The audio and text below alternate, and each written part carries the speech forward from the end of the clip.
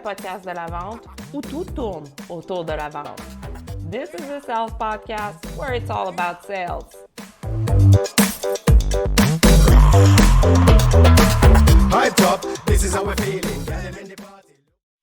Aujourd'hui, on jase de vente avec Jean-Sébastien Lucier, expert en commerce international. Salut Jean-Sébastien. Salut Geneviève. Ça va bien? Ça va très bien, toi? Bien, ça va super bien. Je suis contente que tu sois ici avec moi. Merci de l'invitation.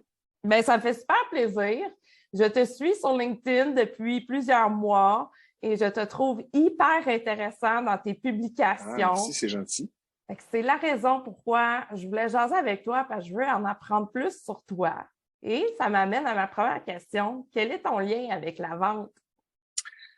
C'est une excellente question, Geneviève. Puis ça, ça remonte à loin, je te dirais. Ça remonte à l'époque où, dans mon jeune temps, je peux dire ça à cette heure, mon père était journaliste sportif au Saguenay, puis ça m'a amené à déménager souvent. Et j'ai fait plusieurs écoles. Et à tous les fois, il fallait que je me fasse un réseau d'amis différent. Puis m'intégrer rapidement. Il a fallu que je développe, sans le vouloir, développer une approche où, tu sais, j'étais capable de m'intégrer facilement, rapidement, puis que ça soit plus facile pour moi. Fait que ça monte depuis ce temps-là. Et de fil en aiguille, moi, je voulais toujours faire du marketing dans la vie. J'ai atterri dans le domaine de la vente par ma personnalité, parce que je voulais aider les gens, parce que oui, j'ai aimé beaucoup l'argent, tu sais, c'est un moyen de faire de l'argent aussi.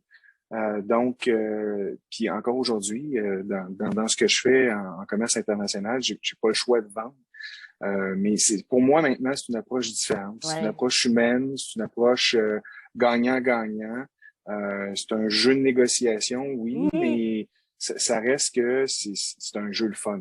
Très le fun. Puis en plus, à l'international, on peut dire que la game est différente parce que tu dois t'adapter à certaines réalités qu'on n'a pas nécessairement ici au Québec. Et vice-versa, là aussi, tu sais, chaque culture a ses façons de faire en affaires. Et toi, étant basé ici, tu es québécois. Tout à fait. Donc, tu as eu à travailler puis à comprendre comment certaines cultures fonctionnent puis comment faire pour percer certains marchés, j'imagine. Exact.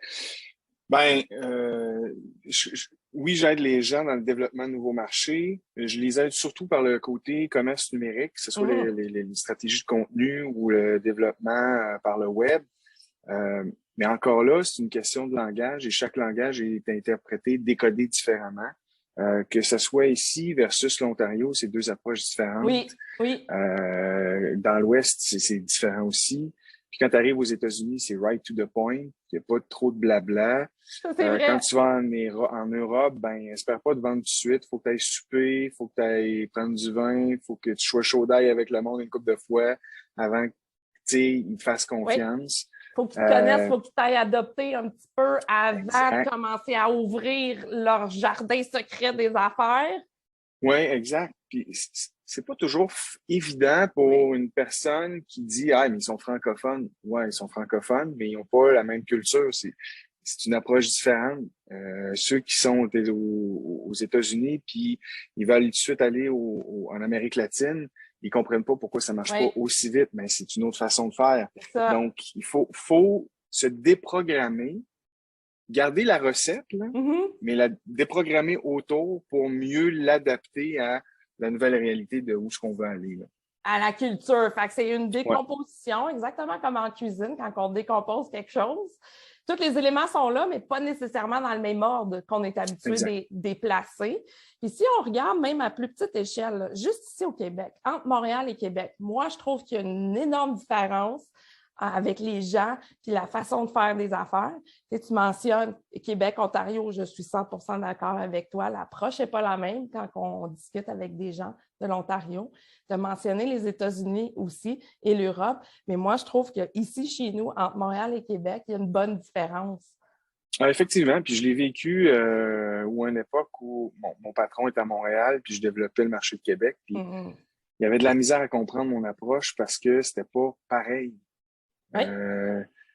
c'est difficile à décrire quand tu l'as pas vécu, puis Oui. quand t'es à Montréal ou t'es juste à Québec.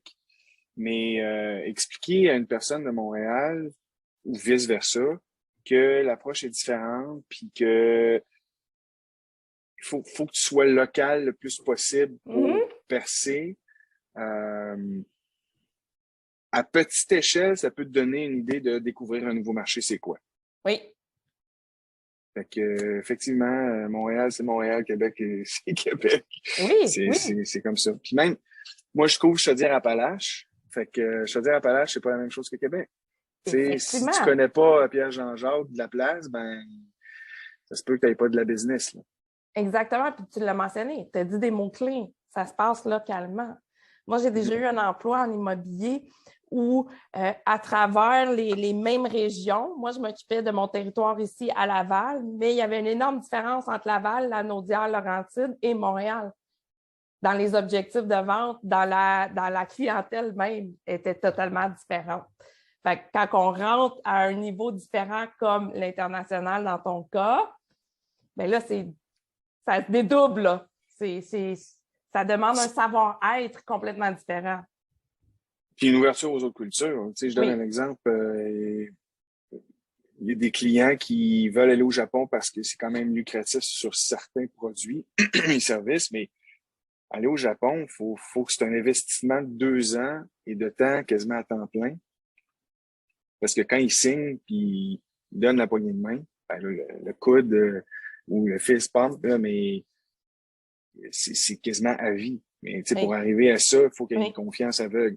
Puis ça, ben, un des exemples, c'était Moment Factory.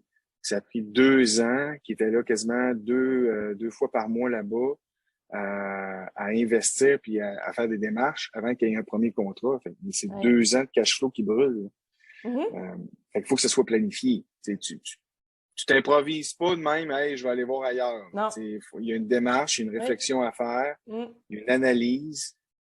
Puis c'est quoi ta promesse de valeur qui va faire en sorte que tu sois différent des compétiteurs là-bas? Là? Oui. Parce que toi, tu es un intrus. Là. Pourquoi je te choisirais? Pourquoi toi? Oui. Pourquoi ils te prendraient toi? Oui, effectivement. Puis surtout dans la culture japonaise où la discipline est très, très, très importante. Le respect. Il faut se mouler à ça dans notre approche parce que si on ne le fait pas, on ne passe pas les barrières puis on ne pourra pas aller à l'étape suivante.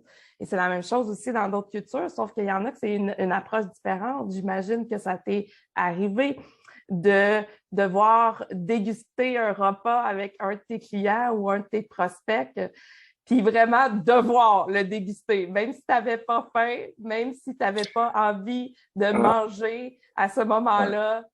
Tu l'as sûrement déjà vécu. Ça me rappelle une histoire à Salt Lake City. Je vais voir un client, on mange un bon repas, puis il y avait une coutume locale où c'est un shooter, un digestif, mais mélangé avec un once de jus de pickle, de cornichon à la nette. Ça devait être bon? J'ai mal au cœur, je sais penser. Eux autres, ils viraient fous, là. Ils viraient fous, là. C'est ça. Je me suis Comment ça s'appelle, ce shooter-là? T'en souviens-tu? Ah, je m'en souviens plus, là. Je m'en souviens plus, mais c'était particulier. Tu sais, prends-les, je suis vraiment content de te le donner, là. Oui, fais pas semblant. ça. Fait que là, tu fais, oui, c'est le fun, c'est le fun. OK, j'ai mal au cœur. Mais non, c'est effectivement, tu sais, faut avoir une base de connaissances. Oui. Il y a différents partenaires qui vont t'aider. Tu sais, au Québec, on a des ambassadeurs là, qui sont dans différentes villes du monde qui peuvent déjà te coacher sur si tu t'en viens chez nous, voici les principaux points à prendre en considération au niveau culturel parce que t'as bien beau avoir le meilleur produit du monde si ton nom marche pas parce que dans cette langue-là, ça veut dire telle chose, ben effectivement. Il va falloir que c'est une autre approche. Là. Puis c'est une autre approche de nom, d'enregistrement de nom. Fait que, tu veux être prêt là, quand tu t'en vas ailleurs.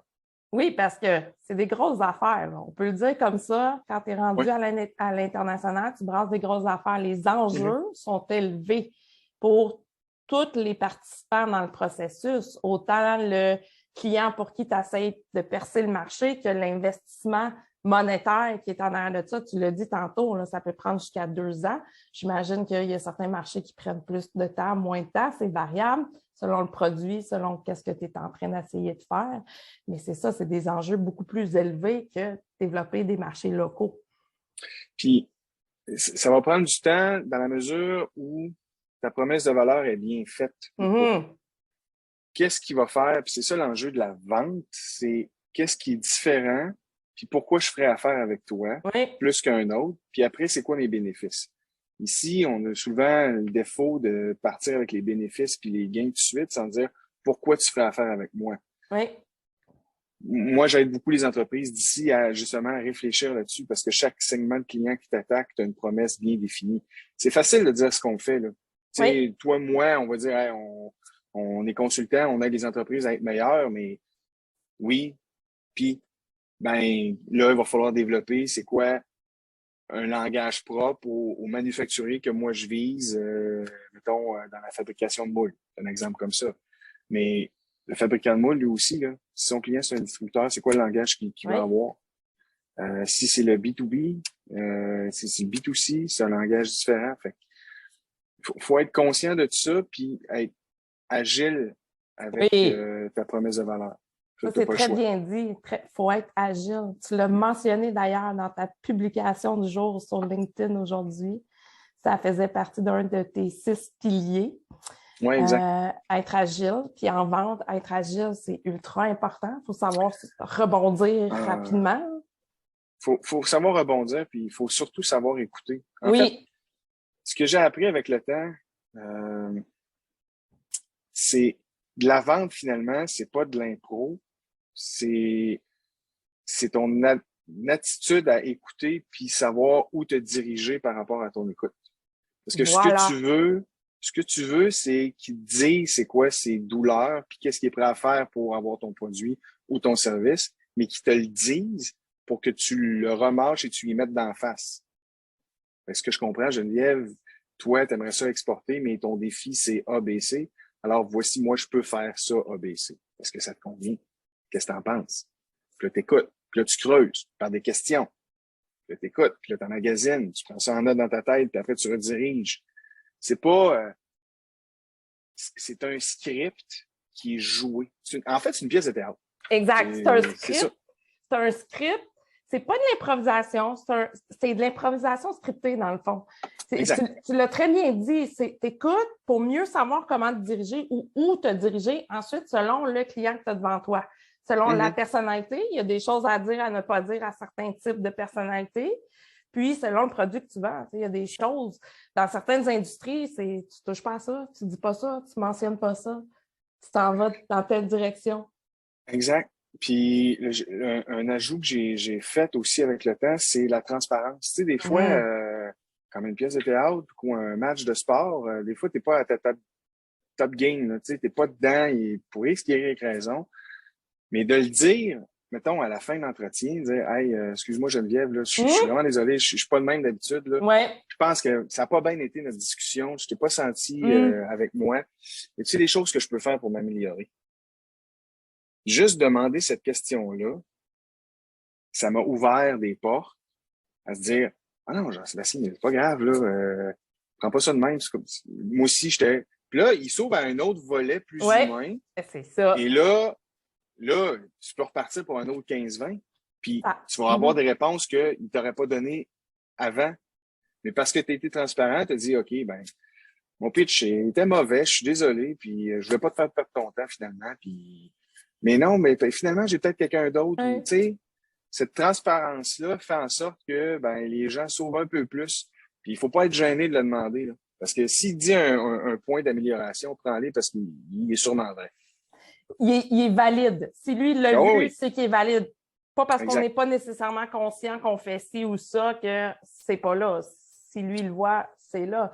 Puis tu amènes un bon point en disant ça, la transparence, ça l'aide à forger les liens aussi. Tu l'as dit, ça amène un côté plus humain. Donc, du moment où tu te démontres humain, ton client, il va avoir tendance à faire la même chose Moi aussi, ça m'est arrivé de dire des trucs comme ça. Je me rappelle spécifiquement d'une fois où je venais de vivre une rupture amoureuse, puis il fallait que j'aille travailler le matin, puis j'avais 5 rendez-vous, 5 clients à rencontrer cette journée-là. Ça paraissait dans mon visage, mettons, que c'était pas ma meilleure journée. Puis je le disais en partant, je vis un moment difficile, je le disais, je suis en pleine rupture, mais je suis là aujourd'hui avec vous. Fait que je veux juste vous en aviser. Je suis pas à mon meilleur aujourd'hui. Puis les gens, ils venaient ultra compréhensifs avec moi. Justement, là, j'avais toutes sortes de témoignages, de support, de ci, de ça. Puis la vente a continué à se faire en parallèle de qu'est-ce qu'on parlait, qui était l'aspect humain, mais la vente continuait à vivre en parallèle. Puis on arrivait à la fin, on concluait des affaires ensemble. Puis on l'a dit au début, là, la vente, c'est de l'humain. Je veux dire, c'est une relation que tu veux bâtir. Même si elle dit non tout de suite, ben ça veut pas dire que c'est un non, c'est un non plus tard. Fait que tu sais, faut garder ça en tête. Puis faut pas précipiter les choses. Ça, c'est vrai. Faut que tu te pratiques. C'est de la pratique. Tout s'apprend. Tout le monde vend de toute façon. Oui. Tu veux quelque chose, tu vends un pitch. Tu manques ton cours, faut que tu dises une réponse à ton professeur. Oui. C'est une vente. Donner une raison, c'est une vente. Oui. Faut que tu sois crédible. Donc, c'est ça. C'est du script improvisé, mais il faut que tu aies une dose de pratique. Puis ça prend de la pratique. Tu peux pas, tu peux avoir des aptitudes. Oui. Mais un bon vendeur, ça prend du temps. Oui, c'est un processus à développer en continu. Ça se fait avec chaque échange, chaque appel, chaque courriel. Puis tu parlais de rythme. C'est un peu, j'ai envie de faire un parallèle avec la musique parce que je sais que tu es musicien et que tu aimes beaucoup ça. Puis moi aussi, j'aime beaucoup ça et je suis musicienne. En musique, là, quand tu joues une chanson, tu commences pas. Tu peux jouer avec le rythme puis la jouer plus lentement ou plus vite, mais pas plus si vite que tu dénatures la chanson. Exact. C'est la même chose en vente. Ça se fait à 2 ou à plusieurs. Si tu as à vendre à un groupe, il faut suivre ce rythme-là, le rythme du groupe. Tu ne peux pas aller plus vite qu'eux, tu ne peux pas aller moins vite. Tu peux essayer de jouer et contrôler à un certain niveau, contrôler ce rythme-là, mais ce n'est pas nécessairement toi qui as le dernier mot là-dedans. C'est l'ensemble qui a le dernier mot. C'est un groupe, c'est une relation, c'est une symbiose, c'est une harmonie. Fait que, tu sais, quand tu l'es avec ton client, c'est encore plus le fun. Là. Fait que c'est la même affaire quand tu fais de la musique avec un groupe. Puis en plus que tu as la réception de la foule, ça, c'est priceless. Là. C'est comme quand ils signent le contrat. Ton contrat de vente. Ouais. C'est la même affaire. Là, tu fais « Ah, tu l'as fou, t'es capoté. » Mais après, il faut que tu lis. C'est ça. C'est beau vendre, mais il faut que tu lis. Ça continue. La vente, c'est un processus aussi. Ça se passe avant, pendant et après. Puis tu sais, j'en ai tellement vu des représentants qui avaient 15-20 ans d'expérience, mais qui ont tout le temps répété uniquement leur première année d'expérience. Ouais. Parce qu'ils ont eu du succès la première année. Ils ont arrêté ça là. Je vais répéter 20 fois, 20 années consécutives la première année. Fait que là, quand tu arrives pour donner des conseils ou coacher sur leur approche, parce que ça va moins bien, ben ils se réfèrent à leur première année qui ont eu du succès. Fait que c'est de l'amélioration continue de la vente. Puis, c'est vivant, c'est quelque chose de vivant. Oui. C'est pas quelque chose que tu peux mettre en boîte puis qui arrête. Ça continue tout le temps. C'est en mouvement, tout le temps, tout le temps, tout le temps, tout le temps. Puis avec l'avenue des réseaux sociaux, ça a changé. Puis encore là, il faut que tu trouves ta couleur. Oui, ta voix. Parce que des mots édulcorés, là, on en a, là. Service rapide, courtois, meilleur prix en ville. Mettez pas ça. Changez vos mots, s'il vous plaît, là. Parce que quand tu as une approche qui est automatique par courriel, ça se voit tout de suite. Oui. Mets-y ta couleur, sois différent. Oui. Moi, ça m'aide beaucoup dans mes recrutements quand je fais des activités où je pars une séquence automatique de courriel, d'approche. Mais je suis pas agressif. Moi, je dis que j'ai un désir de te rencontrer, Geneviève. Voici mon calendrier. J'ai juste 15 minutes avec toi. Puis, il y a une relance aussi. L'autre défi en vente, c'est je t'appelle ou je t'écris. Mais il n'y a pas de suivi après. Oui, bien, moi, je dis tout le temps ça. Les vendeurs, c'est là où ils se plantent, c'est qu'il n'y a pas assez de suivi. Surtout pour les gens que ça fait longtemps qu'ils sont dans la vente, on a connu le temps où ça prenait 3, 4, 5 touchpoints avant de convertir ton prospect en client. Mais aujourd'hui, on est loin de ça, là, hein? Aujourd'hui, on est dans les 50 touchpoints et plus même, là, dépendamment qu'est-ce qu'on vend. Puis, tu as mentionné séquence courriel approche. Tu fais ça sur les réseaux sociaux, tu fais ça, tu fais tes recherches dans le fond, puis... J'utilise mon CRM. Okay. On a un CRM. J'ai déjà segmenté certains clients. Ouais. Puis je les approche parce qu'il y a un intérêt pour, exemple, l'export ou la stratégie marketing numérique. Fait que je les approche pour mes programmes puis de la consultation. Mais tu sais, c'est pas fait de façon rough, là.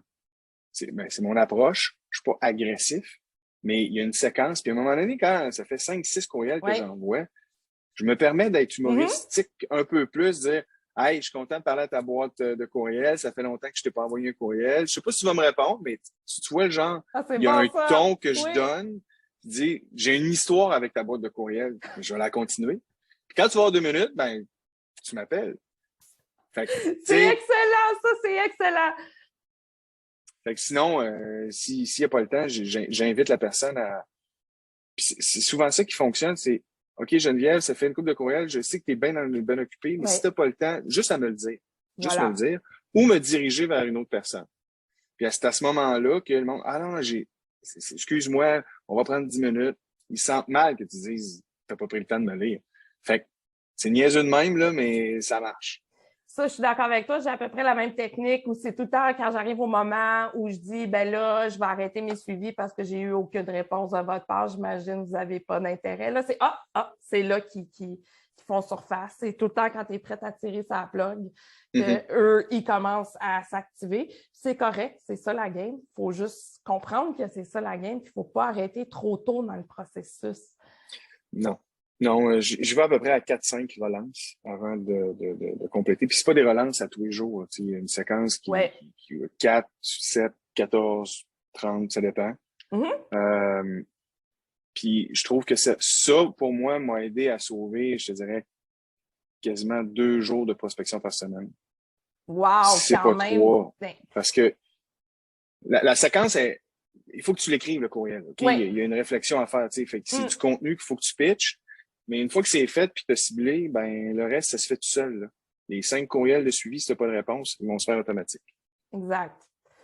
Puis après, une fois que ces 5 courriels-là sont passés, puis tu n'as pas eu de réponse, puis tu as décidé d'arrêter, est-ce que tu relances plusieurs mois plus tard ou voire 1 an plus tard? Oui, je relance toujours. 6 mois après. Moi, je parais. Puis moi, dans le fond, je relance jusqu'à temps que j'aie une réponse, que ça soit oui ou non, mais pas de façon agressive. Puis ça, je me l'ai souvent fait dire dans ma carrière, Geneviève, tu t'es démarquée parce que tu n'as jamais arrêté de m'appeler puis tu n'étais pas agressive. Tu m'appelais ou tu m'envoyais un courriel, tu me laissais un message, tu m'envoies de vocal. Puis des fois, ça prenait 2, 3 ans là, conclure une vente. Je n'avais jamais parlé au client avant la 3e année, exemple. Puis une stratégie que j'ai mis en place, c'est que s'il veut pas me parler, il peut s'abonner à un infolette.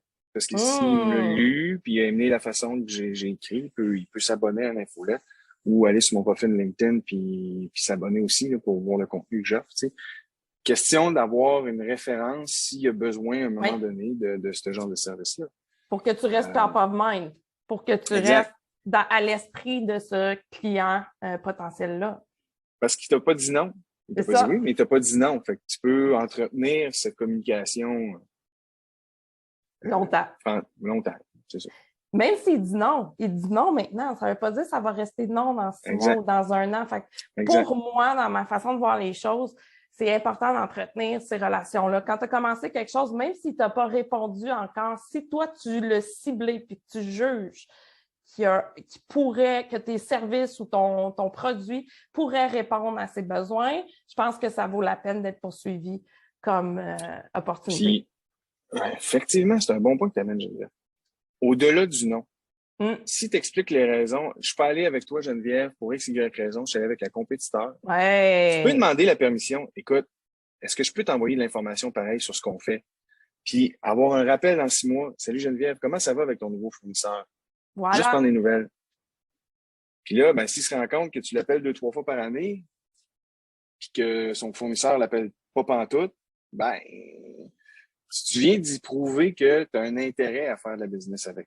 Oui, puis s'il y a quelque chose qui ne marche pas bien de son côté, à qui il va le dire? À toi. Ouais, À c'est toi, il va le dire.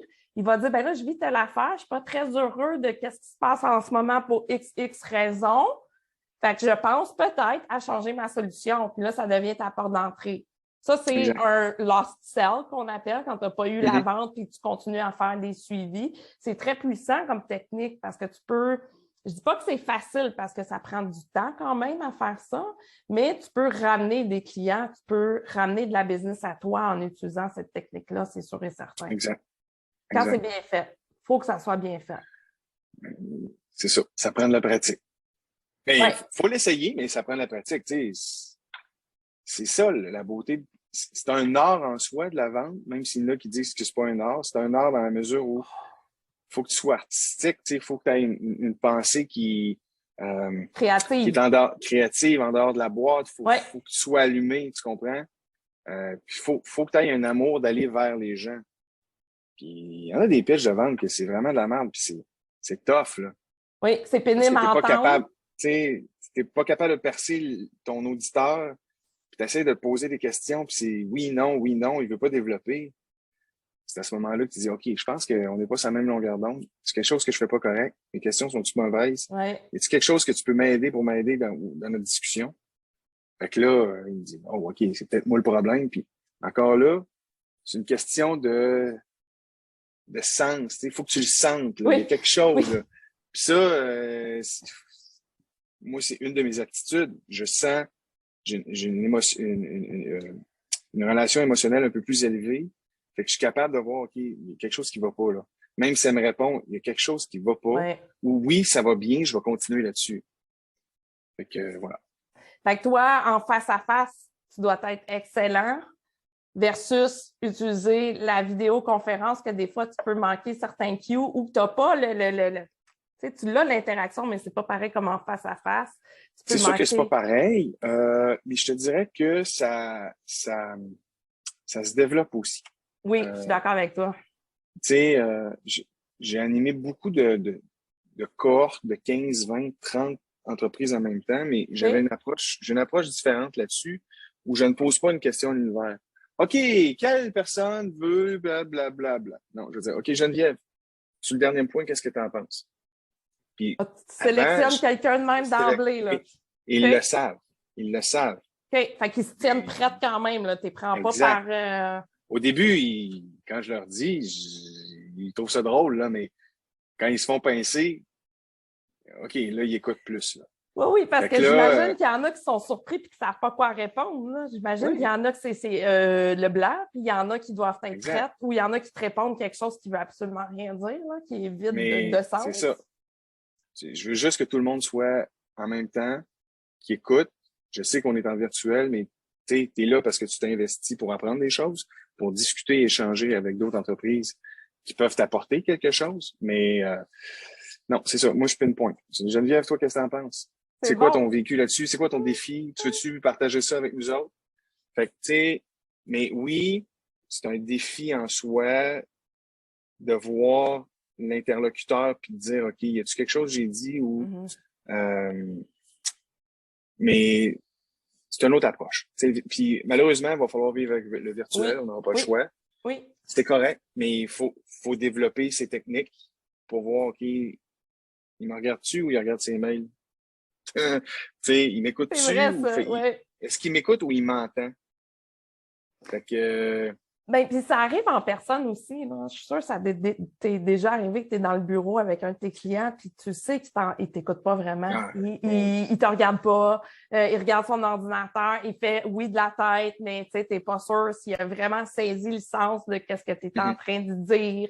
Ça, c'est un peu difficile de les ramener, puis ça prend une certaine finesse pour les ramener, puis dire, écoute, on est ensemble là, chacun de notre temps est limité. Faisons le maximum avec ce qu'on a. le temps est une ressource épuisable. Là. Fait que juste 24 heures dans une journée, il faut savoir comment doser ça. Là. Fait que toi, ton quotidien est assez coloré. Tu touches à beaucoup de choses. Là. Oui, madame.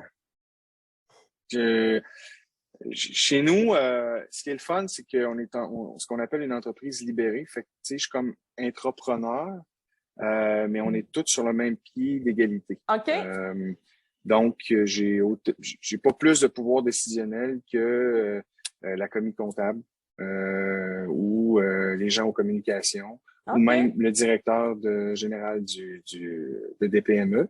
Donc, si j'ai un projet que je juge important, je peux faire des sollicitations d'avis à quelques collègues pour avoir un point de vue. Mais en bout de ligne, je suis imputable de mes résultats. Oui. Donc, si ça marche pas, c'est de ma faute. Il faut que je m'assure que je répète pas mes erreurs trop souvent, on comprend. Fait que, tu sais, oui, je fais de la consultation, oui, je fais de la création de contenu, oui, je gère une partie des communications chez nous puis du marketing. Oui, je fais du développement des affaires, oui, je fais de la création d'activités, je fais des programmes. Fait que, tu sais, je mets la main à la pâte.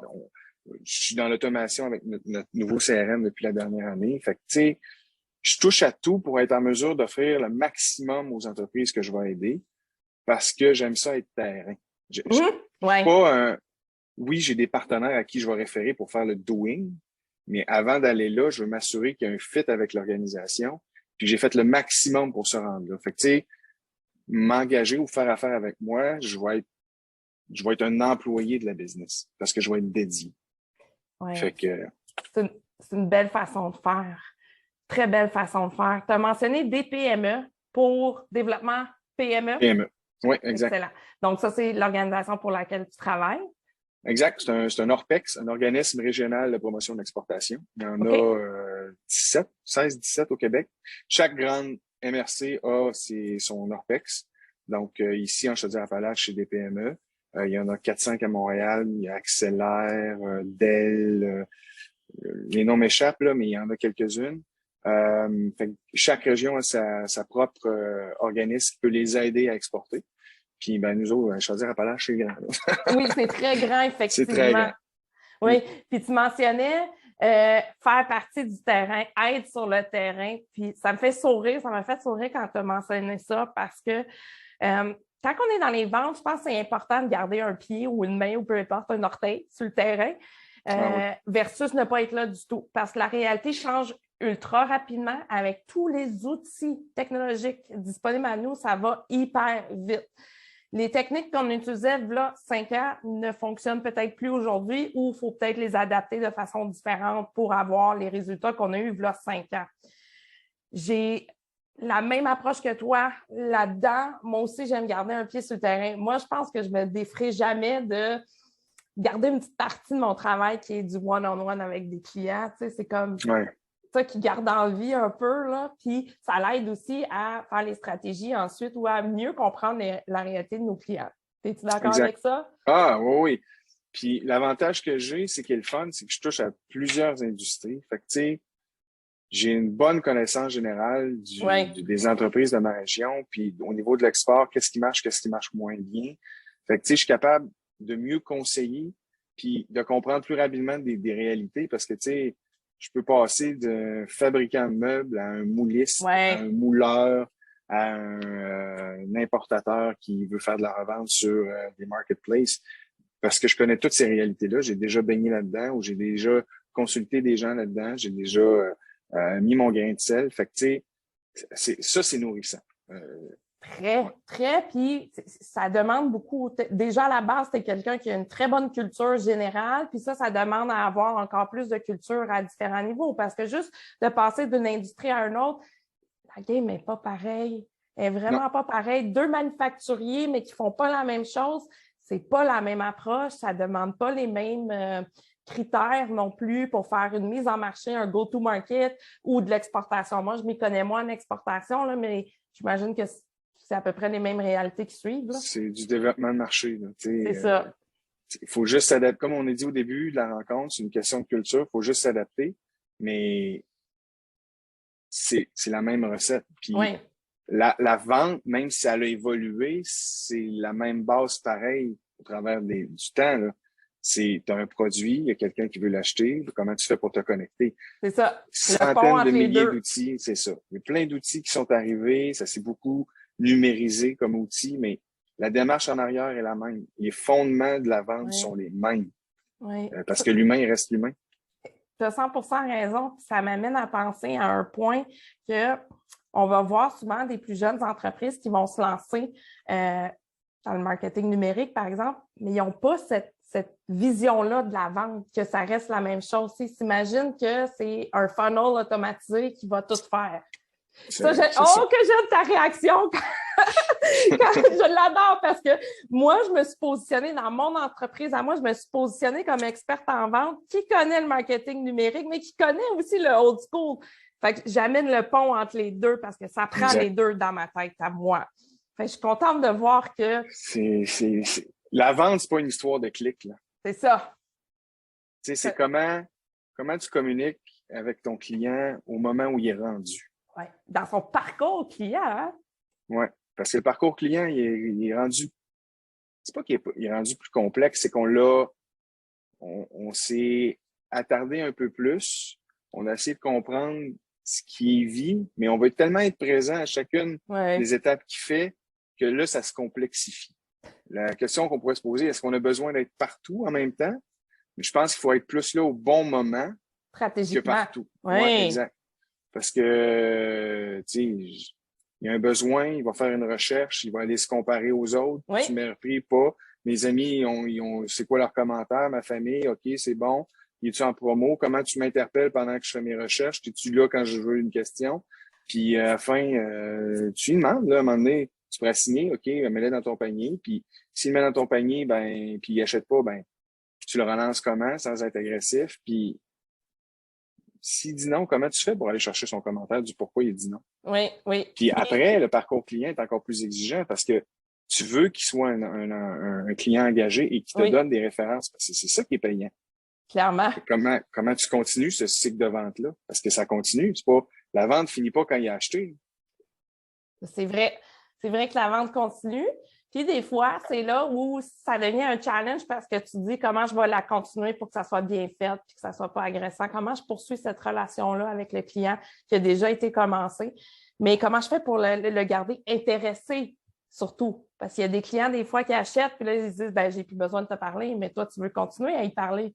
Puis des fois, c'est le contraire. Des fois, c'est le client qui veut continuer à te parler puis toi, tu veux pas parce que tu as trop investi déjà dedans.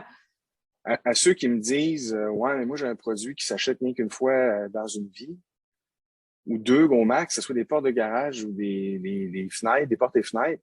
On a un exemple ici, Garaga, qui a une machine de guerre de gestion de contenu qui permet, même si je vais acheter une porte de garage, je vais peut-être rester en contact à vie avec eux autres parce qu'ils vont me fournir de l'information sur l'entretien, comment je peux améliorer mon garage pour que éventuellement je vais référer quelqu'un à Garaga. Mais j'achèterai pas plus Garaga. Non, mais tu deviens ambassadeur de la marque. Exact. Puis, le brand que je me suis plus porté au jeu, là, dans cette gestion de contenu-là, je suis pas client, je ne le serai pas. Mais c'est le CRM HubSpot qui ont une gestion de contenu hyper pertinente. Qui touche plein de domaines d'une entreprise. Oui. Le contenu est bon, il est excellent. Ça donne des idées d'outils aussi. Mais qu'est-ce que je fais là? Je te parle d'HubSpot, je suis même pas client. C'est ça. Puis eux autres, là, ils ont eu une stratégie dans le HubSpot Academy, parce que moi, je suis cliente HubSpot. Dans le HubSpot Academy, il dit à un moment donné, dans un des cours, j'oublie lequel, là, mais il dit, c'était en lien avec le SEO au tout début de l'entreprise, ils n'arrivaient pas à se faire indexer correctement ou assez haut à leur goût par les engins de recherche. Puis là, ils se sont virés vers une stratégie de contenu. Ils se sont mis à créer du contenu à n'en plus finir. Puis c'est comme ça qu'ils ont réussi à percer une grosse partie du marché. Puis si tu fais une recherche aujourd'hui, là, tout ce qui touche à la vente, au marketing, au SEO, tu vas voir du contenu HubSpot sortir. Effectivement. Tu vas le voir. Que ce soit le premier ou le troisième ou le cinquième, il va être là sur la première page. Tu vas avoir un blog, tu vas avoir quelque chose qui vient de HubSpot. Oui. C'est bien fait. Mais j'aime mon CRM. Je n'irai pas avec eux autres. Quelle tu utilises? On utilise la suite Zoho One. Ben oui, très populaire. Puis on utilise le tiers de ce qu'elle peut nous donner. Mais tu sais, encore là, pour la grosseur d'entreprise, on est juste 13. Là. Pour la grosseur d'entreprise qu'on a, on utilise beaucoup d'options. Mais encore une fois, ça me permet de comprendre jusqu'où un CRM peut aller. Ouais. Puis comment je peux aider une entreprise avec leur CRM là-dessus. Clairement. Puis, as-tu déjà vu une entreprise qui utilise 100% des capacités de son CRM? Et non. voilà. J'ai vu beaucoup d'entreprises qui ne l'avaient pas non plus. C'est ça. Moi non plus, j'ai jamais vu ça dans toute ma vie. Il y a aussi le fait que les logiciels continuent d'évoluer, mais il y a tellement d'outils, il y a tellement de choses qu'on peut faire avec ça. C'est le nerf de la guerre, dans le fond, dans une entreprise. Fait que quand tu arrives au bout, là, moi, j'ai jamais vu ça, puis je sais pas si je vais le voir un jour. Non, puis tu sais, on se cachera pas, là, la clé du succès d'un CRM, c'est que tes représentants le remplissent. Oui, l'utilisent. Sinon, ça vaut rien. C'est pas le client qui va le remplir nécessairement. Quoi qu'avec l'automatisation, tu peux segmenter, oui, là, mais les opportunités de vente, c'est ton client, c'est ton rep, c'est tes conseillères qui vont aller de l'avant puis le remplir. Puis si t'as pas leur engagement, tu iras pas plus loin qu'hier. Qui est un très grand défi au niveau des directeurs, directrices des ventes, ça. On l'entend toutes les semaines, hein? Ouais. T'as rempli ton CRM. Ouais. Tes notes, t'as-tu mis tes notes dans le CRM? Donc, vous êtes 13 chez vous. 13 au niveau du service conseil? Non, service conseil, on est 6. OK. 6 qu'on touche la majorité des piliers d'une entreprise, que ce soit l'efficacité opérationnelle jusqu'à la commercialisation, jusqu'à l'exportation.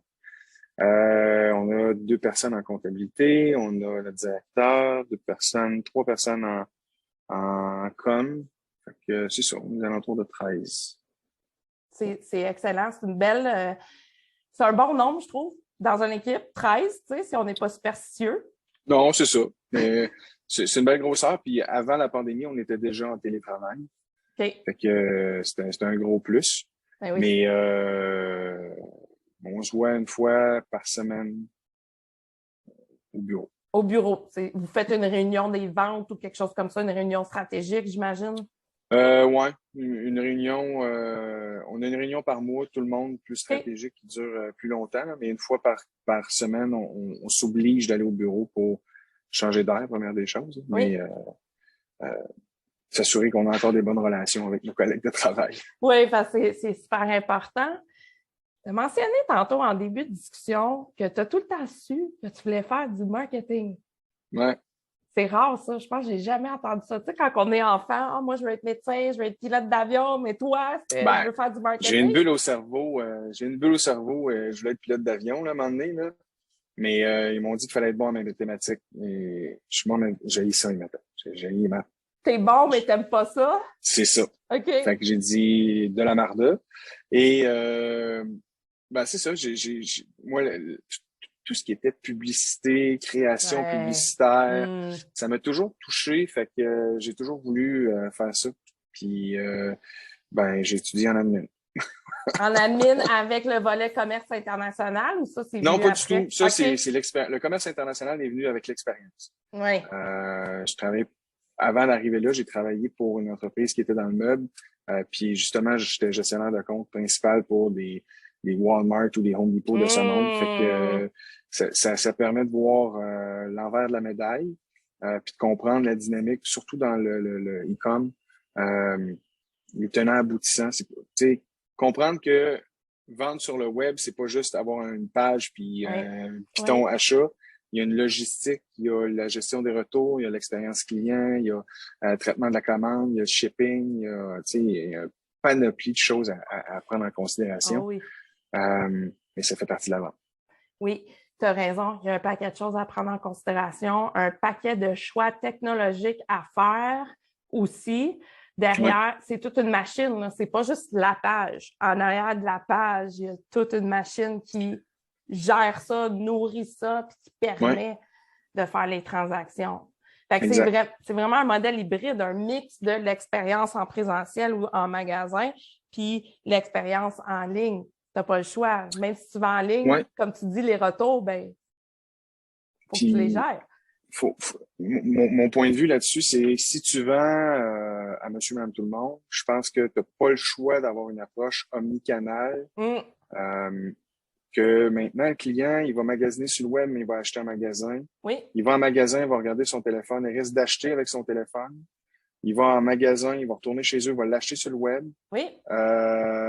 Donc, il y a plusieurs options dans ce parcours-là que tu dois être bon et t'assurer que tu ne perds pas la vente. Puis t'assurer que si le client est en magasin, tu captes son attention pour qu'il reste en magasin. Parce que c'est une expérience que tu donnes. Puis s'assurer que ta version mobile est excellente. Oui. Les gens, quand ils développent le web, ils regardent pas trop leurs données. Puis quand ils s'aperçoivent que 75% de leurs clients, les usagers qui vont sur le site, l'utilisent sur leur téléphone, puis qui construisent le site en full screen, juste responsive, puis que le responsive marche pas, ben ils pensent pas à la mécanique que comment je vais développer mon site web sur mon téléphone, puis après je l'extensionnerai full screen, mais en tout cas, bref. On pourra en reparler pendant un autre sujet. C'est ça, j'allais dire. Ça, c'est une discussion qui pourrait durer des heures et des heures de temps parce qu'un site web, à la base, même si c'est juste un site vitrine statique, qu'il n'y a pas de e-commerce, ça peut être quelque chose de complexe à faire. Fait que là, si on rajoute le volet e-commerce par-dessus ça, il faut vraiment savoir ce qu'on fait. Exact. C'est des gros projets qui coûtent des gros dollars. Fait qu'il faut qu'ils soient bien faits. Puis il faut qu'il puisse aussi parler à tous tes autres systèmes. Hein? Ton site web, c'est bien s'il peut ramasser des leads, mais c'est le fun aussi s'il y a la partie automatisation qui t'envoie ton lead dans ton CRM pour que ton vendeur ensuite puisse le traiter et le gérer. Tout à fait. Donc, toi, tu as connu plusieurs aspects de la vente. Tu as fait de la route, j'imagine. Ah oui. Ah oui, OK. Ah, j'en ai fait pas mal. Montréal, Trois-Rivières, Québec, Saguenay, la Beauce, la Chaudière-Appalaches. Fait que oui. Là, j'en fais moins parce qu'on est en télétravail puis on est capable de rencontrer les clients à distance. Mais tu sais, Chaudière-Appalaches, c'est grand. Fait que tu sais, j'ai changé beaucoup de fois d'automobile dans ma carrière à cause du millage. Oui. Fait que oui, la route, j'en ai vu des conditions météorologiques un peu boiteuses. Oui, ça, j'en doute pas, mais c'est le fun de faire de la route. C'est exigeant. Mais moi, quand j'ai commencé à en faire, j'arrêtais pas de dire, mais mon Dieu, j'ai l'impression de vivre. Parce que là, je voyais des choses que c'est impossible à voir quand tu es dans un bureau toute la journée. Puis, tu vas peut-être être d'accord avec moi.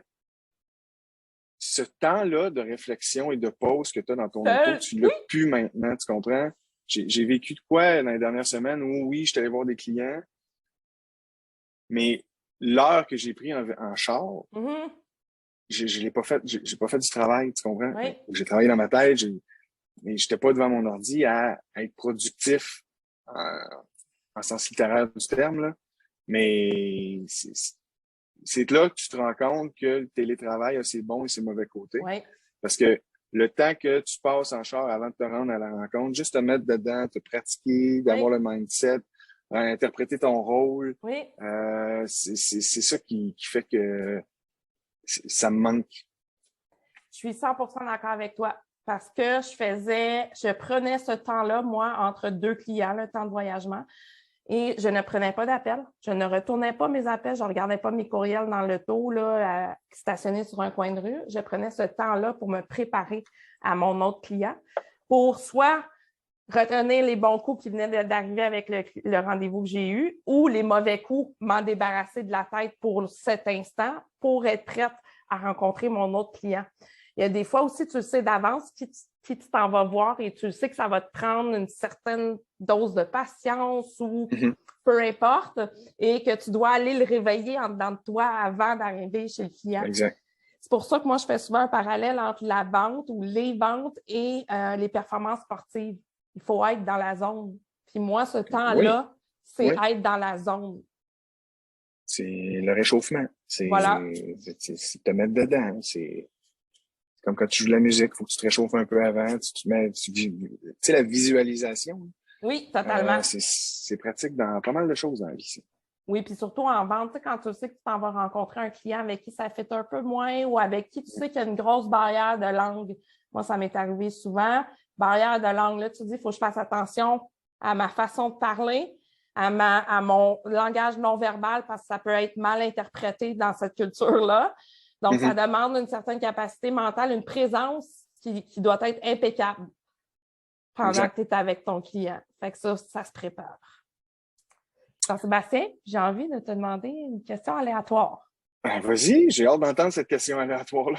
J'ai mon application de sortie, j'appuie sur le bouton, ça tourne. Elle va sortir en anglais, je la traduis automatiquement. C'est bon? C'est une question un petit peu légère. Ça dit, est-ce que c'est évident qu'on s'est habillé pour l'occasion? Tu sais, je vais la lire en anglais. Is it obvious that I've dressed up for this special occasion? Ben oui, non. Je sais pas comment tu t'habilles à tous les jours. C'est ça. Moi, je me suis mis propre. Là. Je veux dire, j'ai un t-shirt de travail. Là. Et je suis pas en mou. Là. Je suis pas en mou en dessous. Là. J'ai vraiment des boxers et des pantalons. Là. Moi, je suis pareil, je suis habillée de la tête aux pieds. Et moi, ça fait très longtemps que je suis en télétravail aussi, puis c'est très aléatoire ma façon de m'habiller. C'est sûr, quand je vais voir des clients, je m'habille complètement. Oui. Mais à la maison, il y a des fois que je vais être en chemise, comme aujourd'hui. Il y a des fois que je vais être en t-shirt. Ça dépend. Mais je travaille pas en pyjama, là, ça marche pas. Ça coupe l'énergie, l'inspiration. Fait que non, c'est mon habit de tous les jours. Excellent. Je te remercie énormément pour ton temps aujourd'hui, Jean-Sébastien. Merci à toi, Geneviève. C'était vraiment apprécié. J'ai vraiment apprécié discuter avec toi, connaître ta réalité. Ça me ramène à des choses que moi, j'ai vécues. Puis, je trouve ça le fun d'en jaser avec des gens qui sont sur le terrain aussi. J'espère que tu vas revenir si tu veux bien. Écoute, lance-moi l'invitation, je vais dire oui.